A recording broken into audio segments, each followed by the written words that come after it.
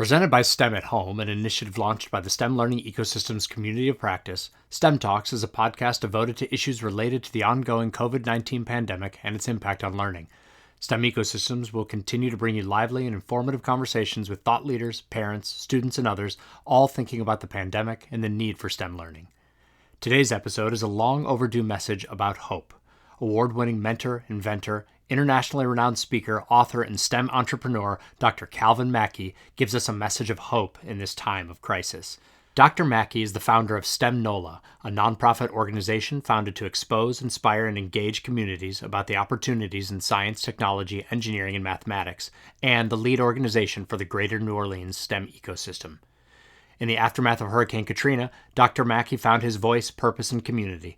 Dr. Mackie gives us something to think about in finding ourselves and our purpose during these challenging times. So hello, Dr. Mackie. It's really such a pleasure to be here speaking with you today. We know in this time of global pandemic, you were an immediate person we thought to speak a little bit more about this. We know that you've lived through some trying times and reinvented yourself as well as your community. What can others learn from your experiences? Well, Veronica and STEM Learning Ecosystems, thank you all for having me. Yes, we are living through some trying times. I was thinking the other day, deja vu means I've seen this before. For me, it's vu d'age. I never want to see this again. The coronavirus and the situation that has put people in the time of uncertainty that we are living through is exactly what my family and my community experienced in the aftermath of Hurricane Katrina in 2005. And now it seems like what we went through in 2005 as a regional catastrophe in the New Orleans area, now the entire country is experiencing it, and it's really a triggering event for many people and for me. In the aftermath of Hurricane Katrina, I was a professor at Tulane University. I've been a professor there for 12 years. I was a professor of mechanical engineering, a tenured professor in the School of Mechanical Engineering.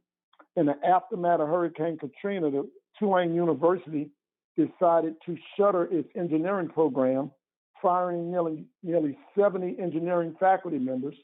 We had to pick up the pieces and scatter across the country and rediscover themselves and rediscover a new life. In the aftermath of Katrina, which was a catastrophe, the second catastrophe was that I lost my job. And I lost my job with 8 people living in my house, with my father on hospice who had been diagnosed with terminal cancer. And I really stood there wondering what to do, where to go, and how to do it. And I know that's the uncertainty that many people are waking up with every day during the corona crisis. These are definitely some uncertain times. And so what do you think our community here, the ecosystems, the global community of practice really can learn from what you learned and experienced from losing your job and some of the unfortunate things that happened in your community during Katrina? What our STEM community can learn, and I hope the lessons that they do ascertain from the experiences, is that this too shall pass. Troubles come and troubles go. And thank God troubles don't come to stay.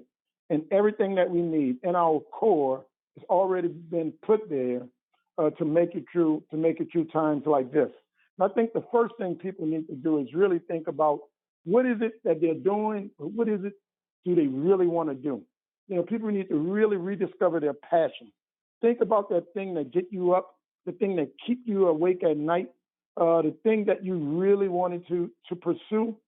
And I was taught many things may catch your eyes, but very good things catch your heart. Pursue those things. Now is the time for us to follow our heart and do the things that we are very passionate about, especially within our STEM communities.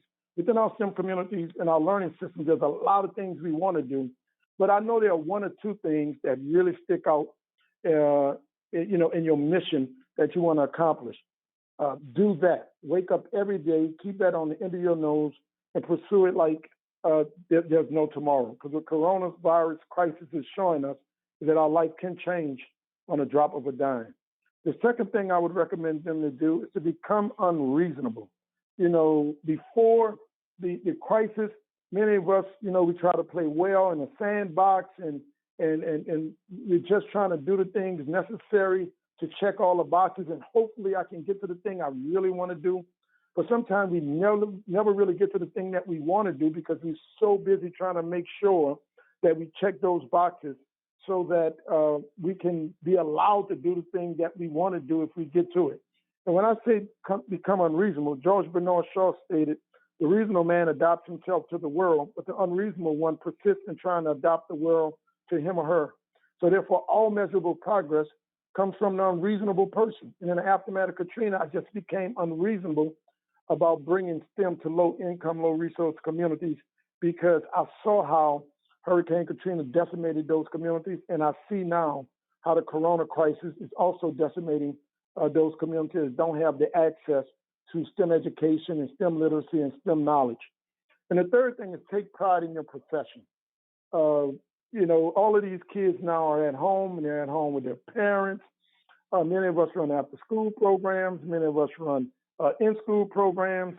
And a lot of times society didn't acknowledge nor give us our due in terms of the impact that we were making on our community and in our children's lives.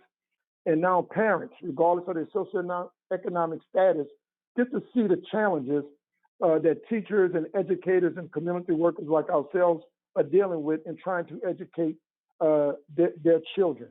So take pride in your profession and know that your work matters, know that you matter, and get up every day and hold your head high, and know that regardless of what happens tomorrow, on the other side of this thing called a corona crisis, we're going to be there to do the job that we have been put on this earth to do, and we're going to do it better, and we're going to do it for the people that we've been doing it for, and that's our children. Thank you so much, Dr. Mackie. I think that's really important for all of us to remember when so many of us are feeling isolated and the other challenges are feeling very overwhelming at times.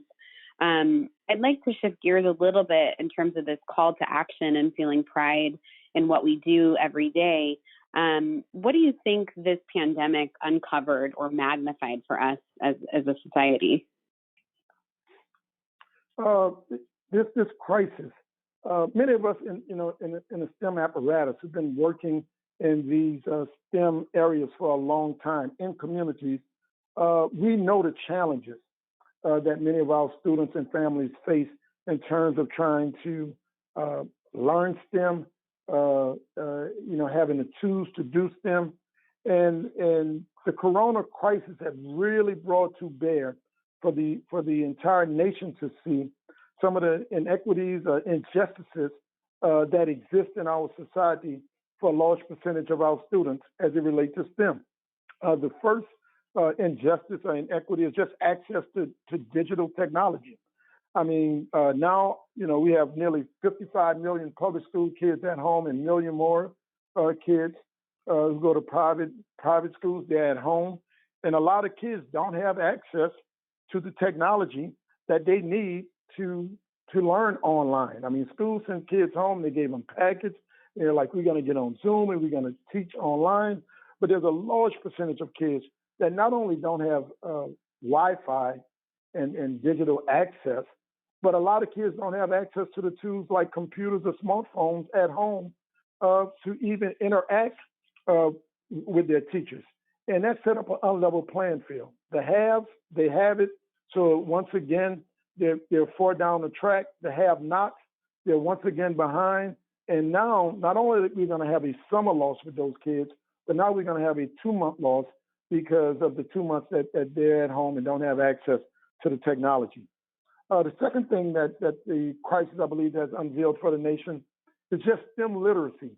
And I'm talking about the basic literacy of STEM language and terminology across all socioeconomic levels in our communities. We have politicians and the media and doctors trying to speak in a language about technical and medical and public health terms in a way that the public can digest it.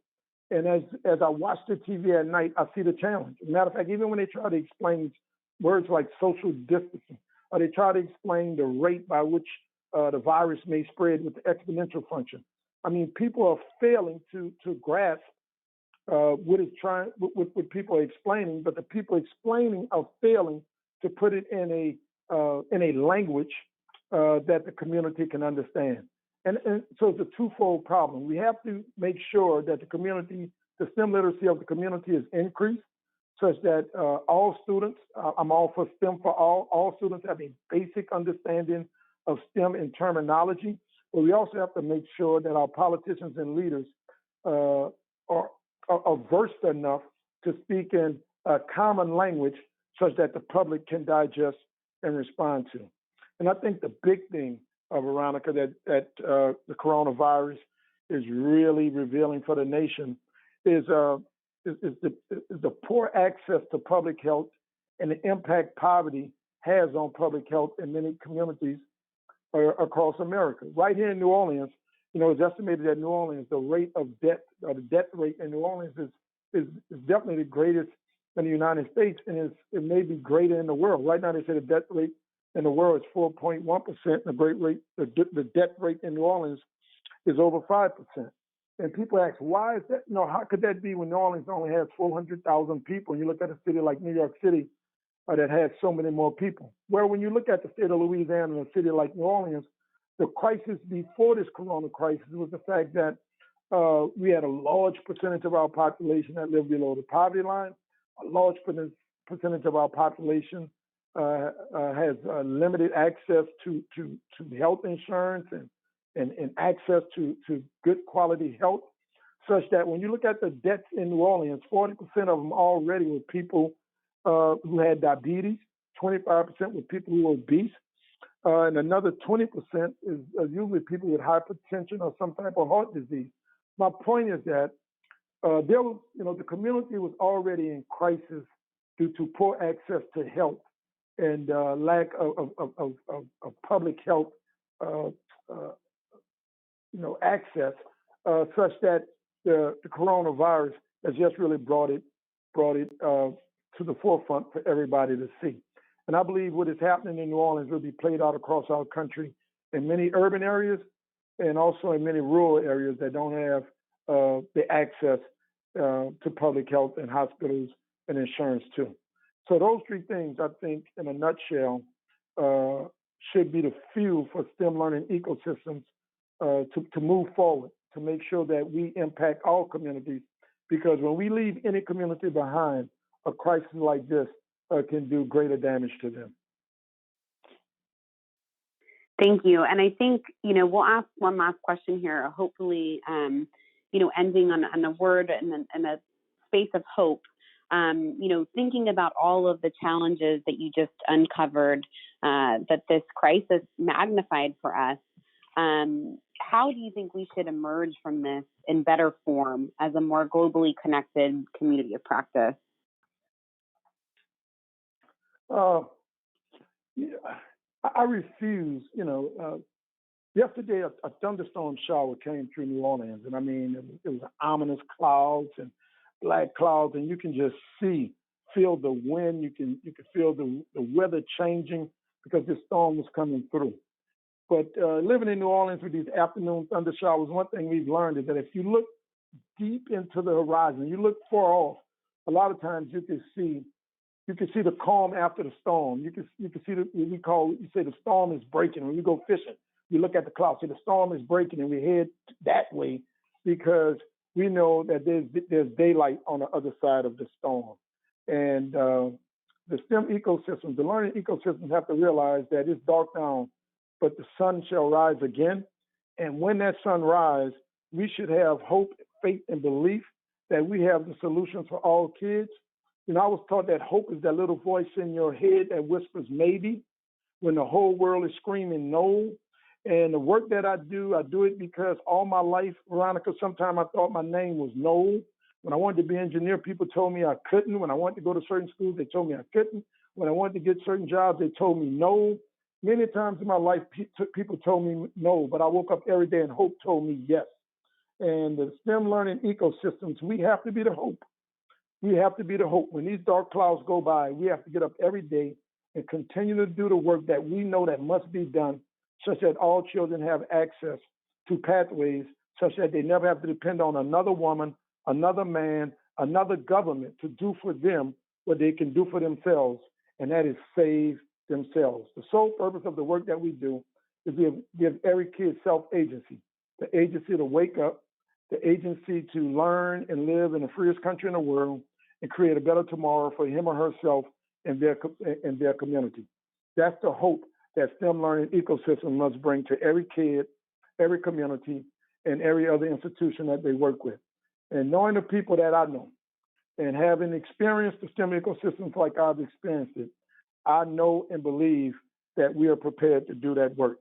I just hope nobody lose faith and think that our work is in vain, because it's not. It's needed more so than ever. That's fantastic. Thank you, Dr. Mackie, for giving us such inspiring words of hope.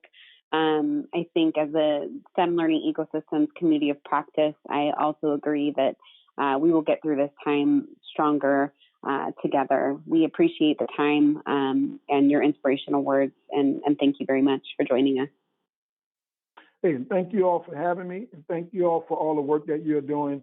You're making a difference. You're touching lives yet unborn, so please don't stop.